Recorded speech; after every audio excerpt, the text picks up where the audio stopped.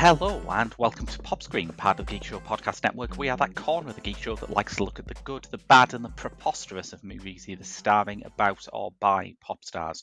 No, the podcast covers a broad range of musical and cinematic genres, from country and western to hip-hop, from documentaries to science fiction. I'm your host, Graham Williamson. I'm a writer for the Geek Show, Byline Times, Horrified and We Are Cult, as well as a filmmaker myself. And I've been joined this week by... I am Kat Hughes. I am a freelance film writer, the reviews editor for thehollywoodnews.com, a regular contributor for Ghouls magazine and Film Stories magazine, as well as Film Hounds and The Companion. And I recently set up my own podcast with my 4-year-old daughter called Movies with Mummy. You are also, it should be pointed out, the only person contributing to the Geek Show who was named in Horrified's list of British horror heroes. Yeah, that was a weird one. That was a very strange thing. I went on because Rebecca from Ghouls and Zoe from Ghouls were like sharing that they'd been on there, and I was just like scanning down, and I was like, "What? Oh, okay." It's nice. Richly deserved, though. It's nice to know that somebody's reading the the stuff I'm writing, the hours that I'm pouring into it. It's nice to know that it's going somewhere. No, absolutely. You are here to discuss something that is not horror, but maybe horrific for some people, I think, which is 80s hair metal. Yes, I do know somebody that saw the film in question and they got less than 5 minutes in and turned it off and never ventured back to it. So it definitely has the ability to turn people away. It's a full-on opening, I think it would be fair to say. Yes. Because this is The Dirt, the film based on the biography of the same name by Neil Strauss and the members of Motley Crue. It was directed by jackass auteur Jeff Tremaine. And it came out in 2019 after a really protracted development process. I remember the book coming out in, I think, 2002, I want to say, and it being this immediate kind of cult item. It was optioned for film straight after that, and it has taken like 17 years or so to work its way through Hollywood. Yeah, just long enough for its target market to not have a clue who Motley Crue are, because it's on Netflix. It's on Netflix. It's obviously aimed at the streaming generation, and they're like, who?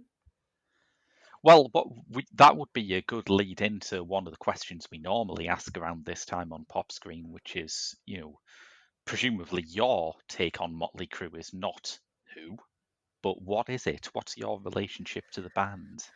So I'm an 80s baby. I was born in 84, well, New Year's Eve 84, so sort of just in 84. And obviously Motley Crue were at their pinnacle during the mid to late 80s. So I guess by the time I was old enough to hear their music, they kind of faded away a little bit. So I've heard them on all of like the classic rock channels and stuff, but I always confuse Motley Crue with all of the other hair metal, like Whitesnake and Poison. I get very confused about which one of them wrote which songs. So I think the main takeaway from Motley Crue is Tommy Lee from Motley Crue. I didn't necessarily know any of the other guys too well before digging into the dirt. No, the same. There is that famous Simpsons joke where there's a hair metal band playing a Millennium Eve party, and the band do not know which band they are as soon as they finish playing. Like, are we Poison? I thought we were that. Yes. And that is very much what it's like, isn't it? There's that there's that phrase that I think was it Eddie Van Halen coined, where he said that there were a load of T-shirt bands around at the time, meaning that when you're on tour or playing a festival, there's always going to be some bands where you see them on the bill and you think, all right, we're going to sell a load of T-shirts when people just have a mass exodus after they've played their one song. Not aware of that. That's the music business is tough. It's yeah, it's not the business of angels, but you're right. I was born, I think about a year and a half before you. Then, so yeah, roughly the same generational frame of reference. Uh, when I was growing up and I was reading the music press, hair metal was one of two types of rock music that was definitively uncool at this point. The other one was prog rock. And it's interesting looking back that they were both uncool, not because of what they were, but because cool people opposed them. Like prog rock was uncool because punks hated it and everyone wanted to be a punk. Hair metal was uncool because Kurt Cobain hated it and everyone idolized Kurt Cobain at that point. And it's interesting to me that nowadays prog rock is basically respectable. I mean, I still hate it because I'm a fossil of the Britpop years, but there are magazines published that are dedicated to prog rock. You know, there's nothing controversial or objectionable about saying that you love Pink Floyd or Van de Graaff Generator anymore. It's been completely rehabilitated. Hair metal felt like it was about to Yeah, I mean, have my that mum point. raised me on Billy Idol and Susie and the Banshees and Adam and the Ants, Mm. so hair metal wasn't too big in our house. Yeah, I think my mum had a similar thing. My mum also loved Susie and Dexy's Midnight Runners. Yeah, I could say Susie, Billy Idol, Adam and the Ants, lots of goth punk attire in our house growing up. On my christening day, she went into the bathroom blonde and she came out with black spiky cropped hair, and I just burst into tears because I didn't know who the strange lady was in my house. So yeah, we've always had a very open appreciation for the alternative in our house. So it's quite strange looking at something like this, which on the one level is just as flamboyant, the whole 80s hair metal scene, but it always seemed to me more conformist, and this film really sort of does its best trying to persuade me that that was not the case, that there was something countercultural about this. I mean, the first line of the voiceover is that the 80s are the worst fucking decade in the history of the world, which is not something you say if you feel like right at home in your era. Yeah, it's but I mean, obviously there's this whole 80s nostalgia these Mm, days. So to open a film with that is, I guess, confronting for a lot of people who look back on that decade quite fondly. But yeah, I'm not. Motley Crue were both of their time and out of their time. I kind of feel that they came around at the right time for the excess, but they were towards the end of that era of excess and they kind of didn't quite catch up like some of the other musicians at the time did. yeah, I mean, the excess is interesting because the excess is probably a large part of the reason why hair metal hasn't gone through the kind of reassessment project that prog rock has. Because, like, I remember, as I say, when The Dirt came out, the book The Dirt, that was around 2002, and the reaction to it was just a sort of amused laugh and a cry of holy shit. Nobody seemed to think that there was, I mean, I guess they knew there was a dark side to it, but the dark side of it was also part of the thrill of it. It wasn't viewed in the way that it would be now, really, I guess. Yeah, I mean, musicians definitely had to change their ways. Obviously, Motley Crue were very much, the age old sex, drugs, and rock and roll, but that doesn't fit Mm. into our society anymore. And I think things started to shift around the time that the book came out. I mean, a lot of, I mean, Motley Crue themselves were clean by the time that they were writing the book. So they'd left the drugs behind. Other people had moved on and had families. So all of the sex was sort of gone. And even, like Rob Zombie, he's obviously this big metal musician and film director. I know a lot of people have one idea as to what he would be like, Mm, but having spoken to Richard Brake on a number of times, he's the complete antithesis of whatever you would imagine. He doesn't drink, he doesn't do drugs, he's vegan. I think he knits. So like a Rob Zombie film set is them all just sort of like sitting around drinking herbal tea, talking about, some great vegan dish they had the night before. And I think that that's where the music industry has changed so much, because everyone has this idea still that it's going to be this debauchery like Seen in the mm. Dirt, when actually I think it's a lot more sanitized these days. Yeah, one of the underrated provocations that I always appreciated in Nicky Wire from the Manic Street Preachers interviews is how often he would just talk about how much he loved hoovering and how it was really important for him to have a clean house, which I think is kind of brilliant. um, but yeah, it's we should talk a bit about some of the central casting here because there's some interesting people in it, and I particularly like it when Rayon because when he comes on as Mick Mars, and it took me ages to figure out who plays what instrument because, as we said, Motley Crue is a band where the drummer is the most famous member, and that's just in defiance of all of God's laws. But yeah, Mick Mars, the guitarist, you first see him and you think this guy is Nigel Tufnell.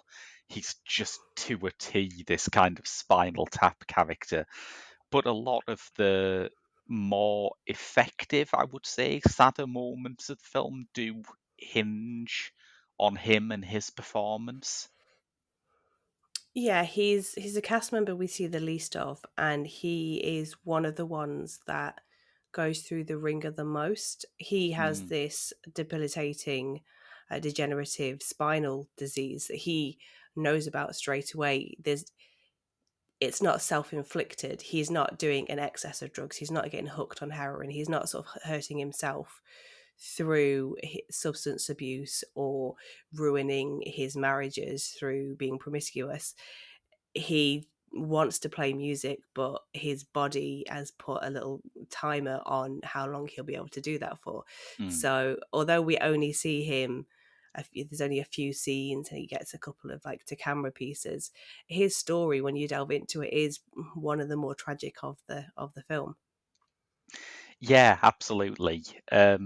I think most of them have their own kind of arc, accepting, again, this the lead singer is kind of the guy who we see least often, who's the least interesting because Motley Crue is a completely upside down band in that way. I don't want to disrespect Daniel Webber, who plays Vince Neil. I discovered during the research for this that he was a trained trampolinist in his youth. That's pretty rad.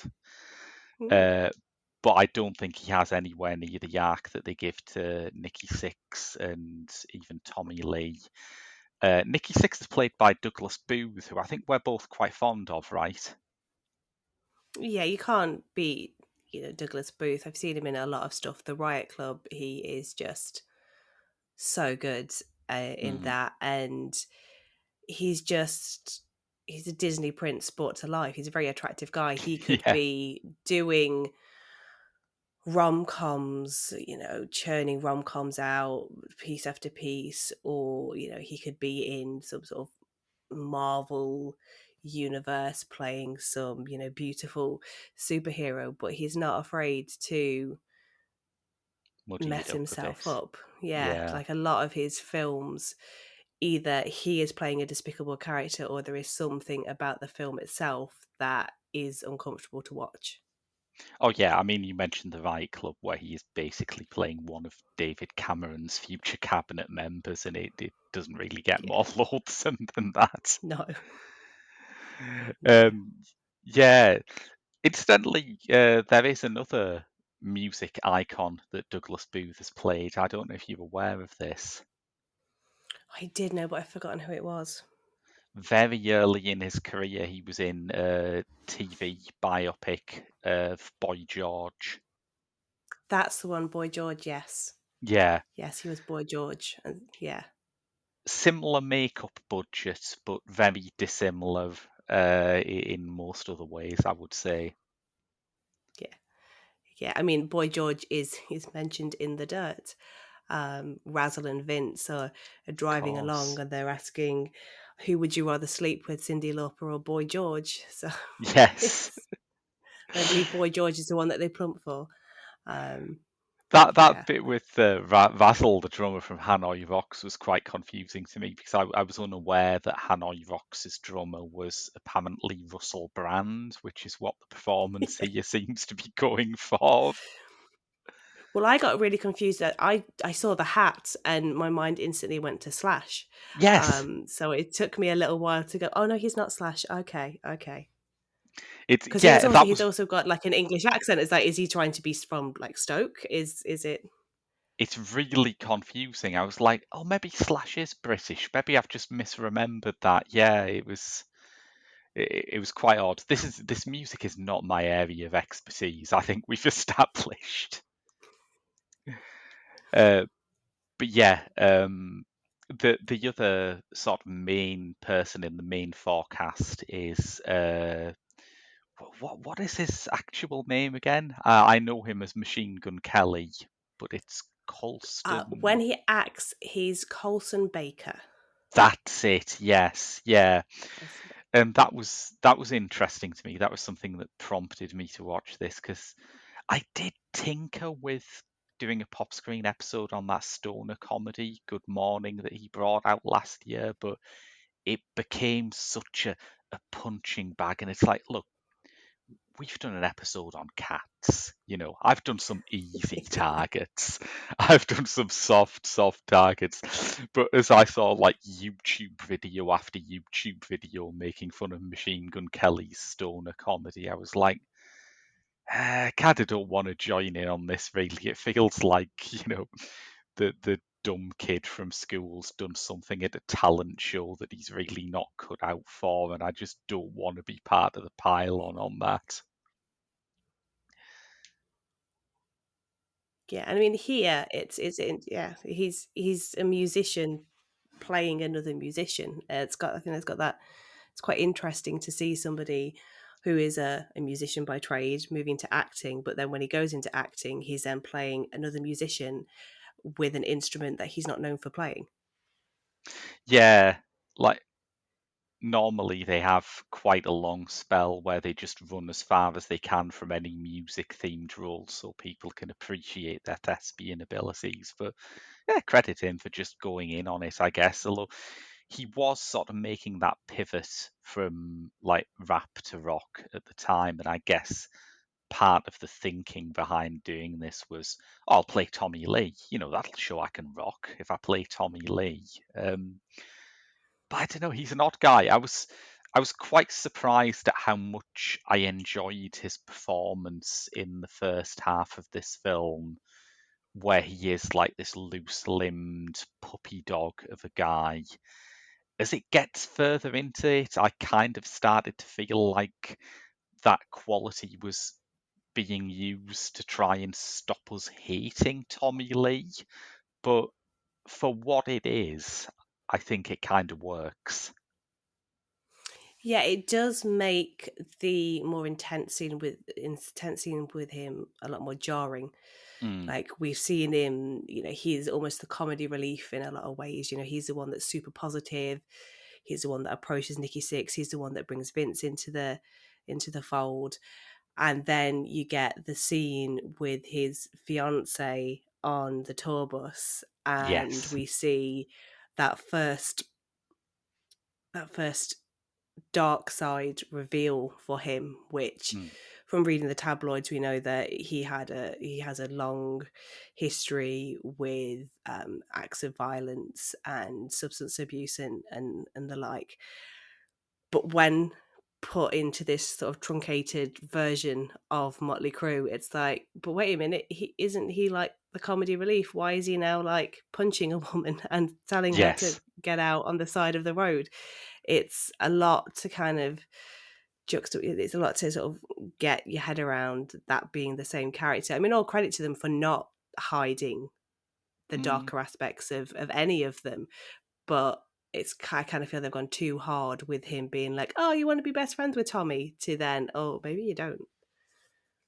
It is this weird, jarring thing, and I think they try and deal with it by making like the woman he punches so extreme and so unlikable, but that just means you're trapped in this horrible scene for even longer than you would be normally. And I don't know, I think the film is kind of enjoyable when it's being a sort of goofy rock and roll comedy. And as it started, because I'd heard some bad buzz about it, and it wasn't something that I was that interested in until you suggested it for Pop Screen. And at first, I sort of thought, "Oh wait, I'm actually going to enjoy this, aren't I?" And I think as it gets into the darker stuff, it's like not all of it is as mishandled as that, but you do sort of think this is not the film that like that it started out as. This is not the film where Pete Davidson turns to camera and complains about the band fucking his girlfriend. This has gone some distance from there, I think. Yeah, and the bit with Vince's daughter, I didn't know anything about that, but those scenes are heartbreaking. Then Yeah, it takes the air out of the film for a few minutes because you've got this little girl being like, "Don't let them cut me again," and it's like because yeah. she had a tumor and unfortunately she passed away at a very young age. But just that scene, that would have required so much for that young actress to do in those couple of it belongs in a completely different biopic, Mm, yeah. and it really brings the tone down. It's an odd film, really, and I think part of the oddness of it is that it did wait for so long after the book was a cultural item for to be made, and there has been so much change in attitudes and fashions since then. If they'd made it back in the early 2000s when the book was hot, I think it would have been more commercially successful. But also, you'd look at it now and think, "Oh Jesus Christ!" Like it would be like staring into hell. Because I do remember reading the book when it came out, even though, as I say, I wasn't a Motley Crue fan. It was that hot a book, and I just remember thinking, yeah, good luck to the person who has to bring this thing in without an NC-17 rating. Yeah, I mean, I do wonder how it would have done if it had been released earlier, because obviously this went straight to streaming. This went to Netflix. Mm. I'm not sure what its viewing numbers were, but it would be interesting to see how many people would have gone to seek it out in the cinema. I mean, I probably would have rocked along to it because I will watch any biopic, whether I know the people, a music biopic, whether I know them or not. Oh yeah, we should probably wave the flag for music biopics a bit because again, I think they're a soft target. Everyone seems to hate them at the moment, and I can't get that angry about them. The good ones I enjoy a lot. The bad ones do not feel like they've harmed me or robbed me of my time in any way. They are what they are. Yeah, and I mean, most of the time they are covering musicians who have at least one catchy song that's enjoyable, so even if you don't get on with the story or the band themselves, it's just sort of like listening to the radio with pictures, isn't it? Yeah. That's kind of my feeling on it. It's like I went and sat and watched a 3 hour Elvis film knowing not really much about Elvis other than the songs that Billy Idol covered, because Billy Idol was a massive Elvis is a massive Elvis fan, and I had a thoroughly like enjoyable 3 hours. I was like, oh my god, I'm going to fall asleep. It's 3 hours, but no, it was great. And then I came out and did some reading, and I'm better educated now in who Elvis Presley was. Yeah, absolutely. And it's sort of interesting doing one with an artist. I suppose you could say a similar thing about Elvis, that it's a risk making an Elvis movie in 2020s because you think, what does Elvis mean to kids now? Is that just ancient history to them? Is the idea of a white guy singing rock and roll in the 50s going to be unconscionably problematic? But of course, the film was a huge hit and it worked all through all those. And this has a similar thing. I think there's definitely an 80s nostalgia market. It's bigger at the moment than the 50s nostalgia market, but it's hard to really tell how a Motley Crue movie could have landed. I mean, it was going to be made, as we said, in the 2000s by MTV Films, and in 2008, Nikki Sixx complained that it didn't happen because MTV had, I quote, become unhip. And I love the idea that the arbiter of hipness in 2008, the year Barack Obama came to power, the year Katy Perry released I Kissed a Girl, like the arbiter of that cultural moment is whether or not you're going to make a biopic of Motley Crue. Yeah. And I mean, MTV hasn't been. I mean, it doesn't even play music on MTV anymore. No, It's no. all of its sister channels. It's MTV is not what it once was. But I have a very soft spot for the Dirt. I've watched it more times than I think people should have. But it's become sort of a weird comfort film. I like films that deal with excess and debauchery, and I kind of like that in many ways. Like with Elvis, where Austin Butler gets ridiculed because he can't lose the Elvis voice, I very much Yeah, feel like Machine Gun Kelly has forgotten how to be himself and now is just Tommy Lee, right down to his relationship with I've forgotten Megan her name, Fox. Megan Fox. I was saying Jessica Fox, like who's she? With Megan Fox is so much Tommy and Pamela Anderson. I kind of feel that he was like, well, we didn't get to see Pammy in the film, so I'm just going to go and find one and continue the film myself. Yes, yeah. Yeah, and it's strange that that doesn't happen because we have just had a massive mini series that was released in this country on Disney Plus, and no matter how much I'm aware that Disney Plus is like a broader streaming site than all that, there is still something weird about. Oh yeah, the movie about the famous sex tape. You can see that on Disney. What? Can you? Is it one of their princess range? Um, but yeah, we've just had Pam and Tommy, which I haven't seen, but I feel like I have read more words written about it than appear in the script for the entire miniseries. Yeah, I think there's a lot of controversy on the fact that it's a mini series about a couple whose home was invaded and their tape was taken from them and was distributed without their permission. Mm, And Pamela was the one that got the brunt of it. Tommy was seen as like this, like hero, like, oh yeah, you with Pam Anderson, yeah, kudos to you.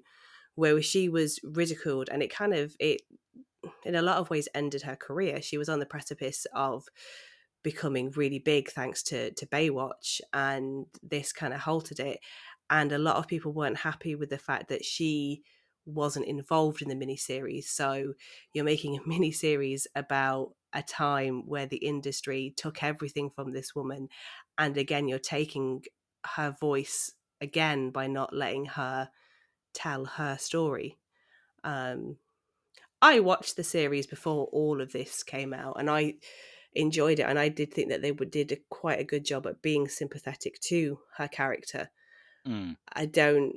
They did try and show everybody's angle, but I don't think that their attempt to validate the reasons for the people that stole the tape, I don't think that that came across like some people thought. And she recently did a documentary for Netflix, and she kind yes. of got to have her say in that. So I kind of feel like anyone that's got any ill feelings about Pam and Tommy, go and watch. the documentary and get her side of things. It's quite a weird thing because I do perhaps unfashionably think that there has to be room in culture for you to just make a film or a TV show about someone's life without consulting them. I think, part of the reason why people look down their nose at rock biopics is that they often, as indeed The Dirt does, have the people involved as producers, and this is seen as like a conflict of interests that mean they sanitize things. And I do sort of think, well, you can't have it both ways. You can't complain when people are involved in these things and complain when they're not. But in the case of Pam and Tommy, yeah, I did feel it was a slightly unforced error that the whole slant of it seemed to be. Isn't it terrible that these people exploited this woman's like most intimate moments? Also, here is a wacky sex montage based very closely on that tape that was stolen. That is a bit rum, I think. Yeah, and I think like with rock biopics, people have a problem again with the depiction of women, and yeah, Motley Mm, Crue were purely in it for the women. They're quite vocal several times in the film about they only want Vince because he's the one that can bring in the women. But that's what that era was like. I don't, mm, and the women, they coming off of the 70s with like the women live movements and things, and people weren't immediately getting married and settling down with their partners, so young girls were going out on tour and following bands, and I don't think too many of these women needed much persuasion for what happens. I mean, oh I yeah, lost yeah. track of how many of each other's like girlfriends they all slept with. Obviously, Vince slept with their manager's girlfriend, and then Nikki slept with Tommy's fiance, and they were talking about how they'd had like gangbangs, and they were Ozzy Osbourne turns up, or someone playing Ozzy Osbourne turns up in a cameo, and they're discussing with Mick that you know all the bands come through this town, all the girls sleep with them, and Mm. instead of the guys being like, "Oh, okay," Tommy's like, "Oh, so we're all brothers." Yeah, Like yeah. it's a really messed up way of thinking, but that is what the era was, and I don't think that it's wrong to show that. If anything, it sort of shows, look how far we have come as a society.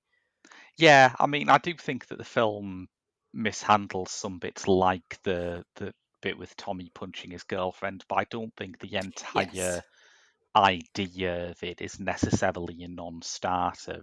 I think I don't have a problem with The Wolf of Wall Street, which this film superficially resembles in a lot of ways. I think, sometimes you have to make it very clear that something is that venal and that macho, particularly when they have control over the world's finances.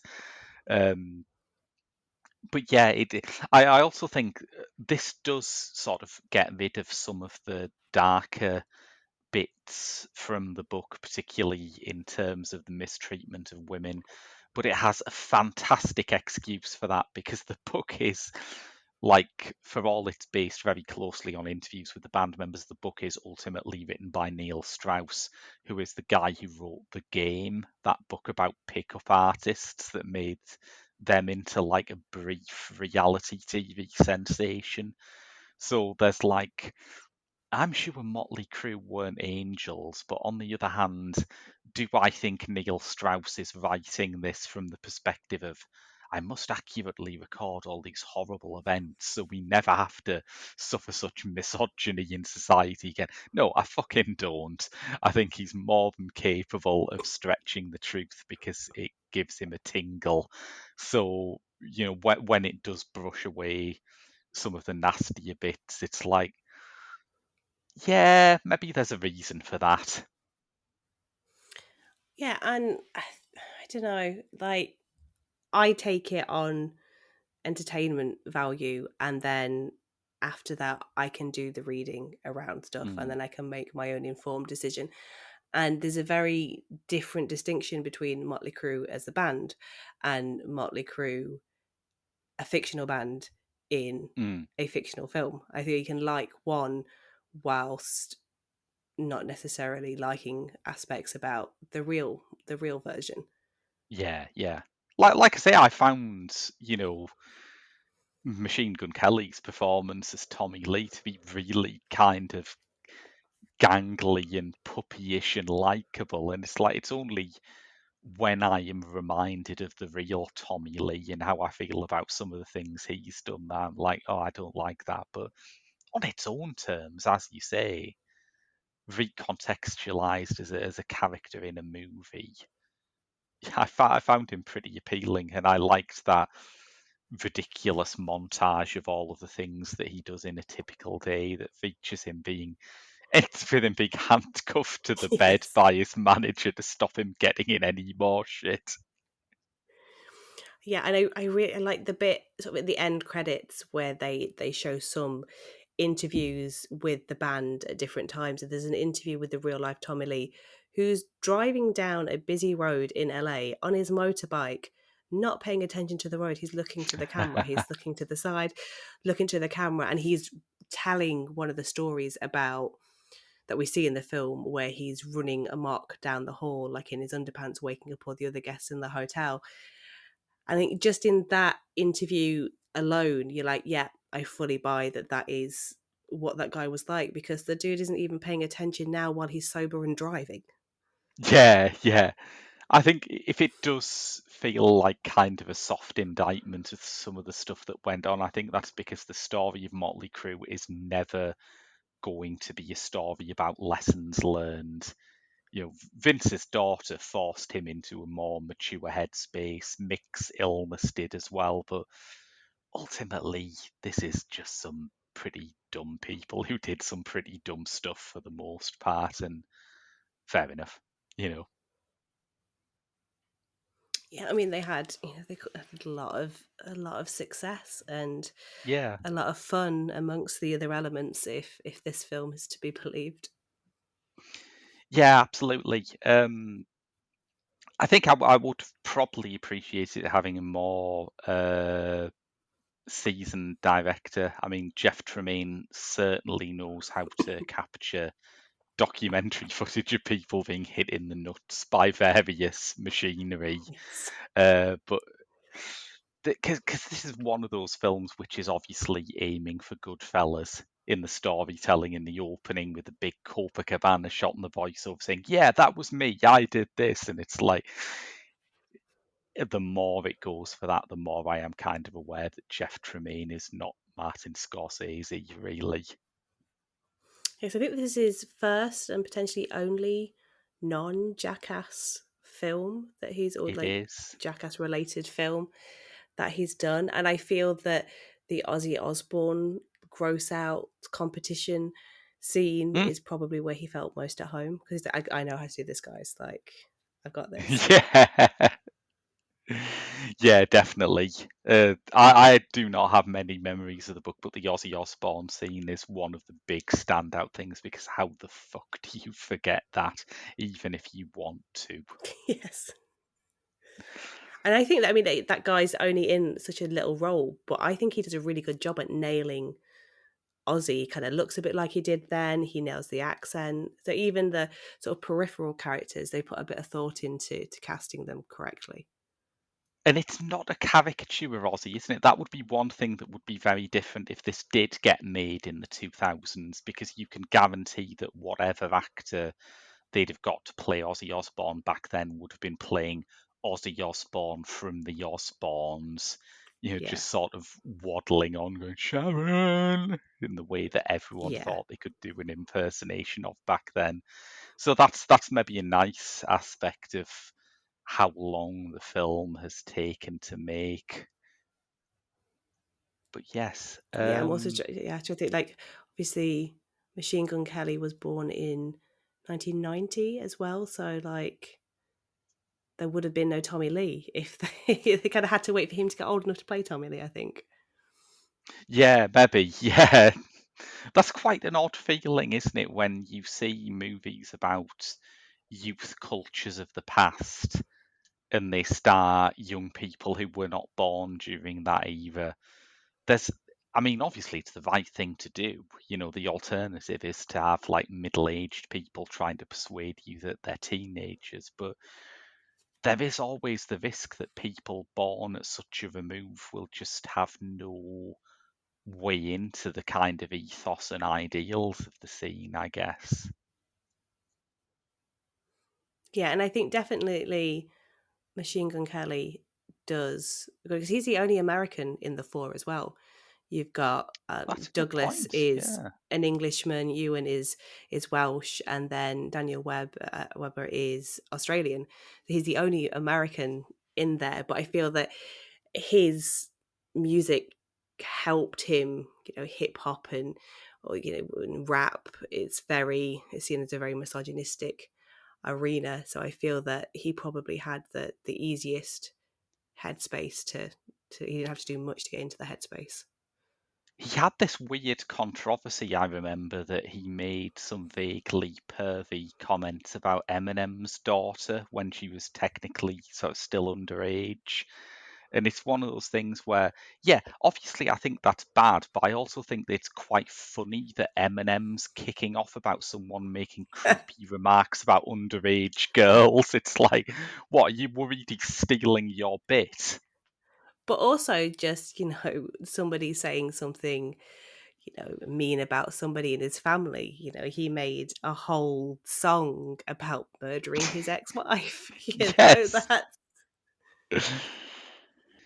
No, I just think it's that you can become very silly very quickly by getting hung up on authenticity in pop music. And I guess, we're looking at 80s hair metal, the most gleefully inauthentic scene that ever existed. There is a wonderful quote that Vince Neil had about like the grunge explosion that finished that scene off. And rather than like saying, "Oh, I don't relate to it. I don't see the world in the way that those miserable Seattle bands did," he said, "Oh, everyone knows the world's shit. Why do you have to listen to music about that?" And I thought is true. it's great because it does sort of get to how sort of cheerfully false 80s hair metal was. Like, these people weren't born being like this. They acted like that. They became like that to a certain extent, but there's no sense of reality in it. If your yardstick for great music is that it has to be an authentic expression of the artist's inner angst, this is never going to be your music. No, and I know which band out of like Nirvana and Motley Crue, I know which one I would be more likely to go and dance to if it came on in the club. I'd be far more Yeah. likely to go and dance to Shout at the Devil or Girls, Girls, Girls than Something in the Way or, Lithium. And it's, Yes. they were there because obviously the 80s was very much about going out and partying, especially sort of the early 80s before the AIDS epidemic became so big, especially in America. So it was go out and party. So you needed music that was really easy to sing along to, basically repeated the same word several times. And you could have just a nice, fun time dancing to without being like, oh my God, this is about that childhood trauma that they had where such and such a thing happened. And oh, listen to the pain and anguish in their voice. It's like, I think it was like Stained, they were sort of 2000. It's been Yeah. a while. I think that's like about a family fire that resulted in tragedy. That's not the sort of song that you can go and have a nice time out with your friends to. That's You're gonna sit at home and listen to that when you're feeling particularly angsty. Yeah, yeah, absolutely. I think the 80s as a whole is so much about surfaces, and it's so much about sort of production and gloss, and maybe this is why it's so amenable to nostalgia. I mean, I kind of love the 90s, but the further away we get from the 90s, the harder it is to work out what that decade was about. there seems to be this prevailing sense in 90s culture that absolutely nothing matters, nothing means anything. And this makes it particularly hard to revive because you're constantly worried that there's some deep nihilism in there that we've perhaps thankfully lost touch with. But the 80s you can revive quite. I suppose a better comparison would be the 70s because there were two 70s, right? There's the 70s of Mm. disco and ABBA and platform shoes, which gets revived quite often. And then there's the 70s of the 4 Day Week and krautrock and mass strikes, which is kind of harder to pin down and more rewarding if you're into it, but totally baffling if you're not. Whereas 80s is big consumer stuff, and as long as there are consumers, Yeah. people will consume that. Yeah, I mean, I definitely have a soft spot for 80s films, 80s music. Just Motley Crue passed me by. Yeah, definitely. Yeah, I can't say that the film persuaded me to go back and check their work out, but I'm just temperamentally unsuited to it, and I think that's fine. That's a me thing. Yeah, I mean, I love a musical biopic. The Doors. After I watched The Doors, I went out and bought a ton of albums and got very into The Doors. Similar thing with the Runaways. With Motley Crue, it was more like, oh, so that's a Motley Crue song, okay, Yeah, and that's a Motley yeah. Crue song. But I can't say as I've actively gone out and wanted to listen to any of their music. It's funny, that happens to me more with films about subcultures rather than actual biopics. After I watched, do you see any Small Axe, the Steve McQueen series? No, no, I didn't. There's a whole episode of that called Lovers Rock, which is just set at like a late 70s British reggae dub night. And it is just pure vibes. There's almost no plot. It's just about these characters getting there and enjoying the music. And I became obsessed with reggae after that in a way that I wasn't when I saw like Kevin McDonald's Bob Marley documentary. Mm. I don't know what that is, but I guess maybe when I'm seeing people love the music and people getting something out of it that they can take into their everyday lives, that makes me think, oh wow, I'm missing out. I should have that in my life too. Yeah, I just think I enjoy the dirt as a snapshot of 80s excess. Mm. Yeah, no, I think it definitely captures that. I think I would often, I've still never seen Heavy Metal Parking Lot, but I feel like that would be an interesting double bill with this in terms of how that kind of super macho hair metal culture looked at the time. Because are you familiar with Heavy Metal Parking Lot? No, no. It's one of those things that I only know by reputation, because it was a bootleg for many years.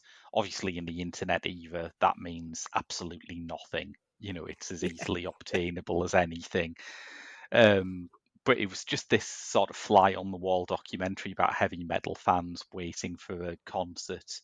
And it is apparently absolutely insane. It's the sort of thing that persuades you that movies like this or This Is Spinal Tap are, if anything, not ridiculous enough to capture what the scene was like at the time. Yeah, it's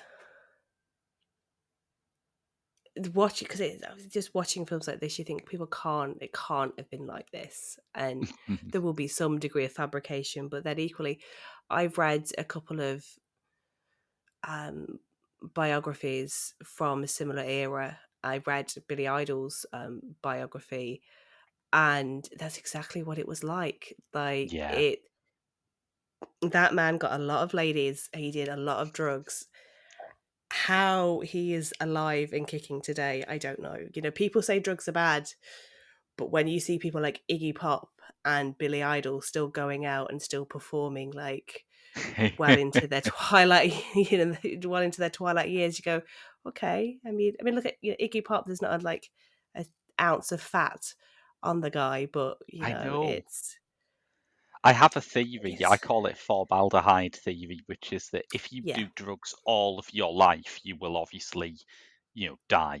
But if you do a ridiculous amount of drugs and then stop very sharply, it just preserves you forever, and you do become Iggy Pop. You do become someone who's like still really wiry and fit and performing regularly in his 70s. I think this is the side of drugs that we're not taught about, that when you do them in the right way, they're fucking great. Yeah, we probably shouldn't endorse drugs, but and it's always heroin. It's always the worst drug. Billy Idol was like, he was very much hooked on heroin for a number of years, and obviously Iggy Pop is the same. So Yeah. yeah, it's wild to think that they're alive and still producing music and doing anything. I think we should probably wind this down before I accidentally endorse any more lethal drugs. But are there any more quick observations you'd like to make about the dirt before we close out? I think the dirt is just, if you go in not expecting anything true to life, if you go in expecting a biopic directed by the guy that did Jackass, I think you know what you're in for, Yeah. and you're going to have an interesting couple of hours, and you will see some really good performances because all of the guys did learn their musicians' instruments. There's a lot of footage on their social channels around the time they were making it of them rehearsing together. They did learn the drums, the bass, the guitar. So I always admire somebody in a musical biopic who does go to those lengths. It's like Val Kilmer. It is in The Doors. You can't differentiate him from Jim Morrison. He became Jim Morrison, and I feel that that's probably why something like Bohemian Rhapsody gets a lot of stick, because Rami Malek didn't sing himself. It was all Mm. piped in. And again, Austin Butler with Elvis, he sang at least the younger iteration of Elvis, because his voice was too immature to be able to do the older parts. So I think, just to watch that commitment is always really, really interesting. Yeah, I would agree. I'm fairly convinced that when Tommy Lee is playing the drums upside down, that they really did suspend Machine Gun Kelly upside down, because his veins are popping out alarmingly. He really does seem like he's been hanging there for a ill-advised length of time. See, I was a little, I don't know, disappointed, um, just because I didn't realize that the revolving drum kit was a thing before Slipknot's Joey Jordison did it. Like, Uh, I remember my mum came back from watching Slipknot and she was like, "Oh, and he was drumming, and then he like went 360, went upside down, and oh, it was amazing." So then I was like, "Oh, well, Tommy Lee from Motley Crue was obviously doing this like a decade or so before. Like, come on, Joey, have some more originality than that, you know? Could have been on fire or something, set the cage on fire or something." it's a fascinating thing to wonder about who had the idea first and what they were thinking. Like, was it just the case that someone was sat there thinking, the drummer wants to do a solo, how the hell do we make that interesting? Dangle them upside down over the audience. Yeah, yeah, that's pretty much all you can do, isn't it? But yes, thank you for listening to this episode of Pop Screen. If you subscribe to our Patreon at www.patreon.com/The Geek Show, you can get our monthly exclusive episodes of this show.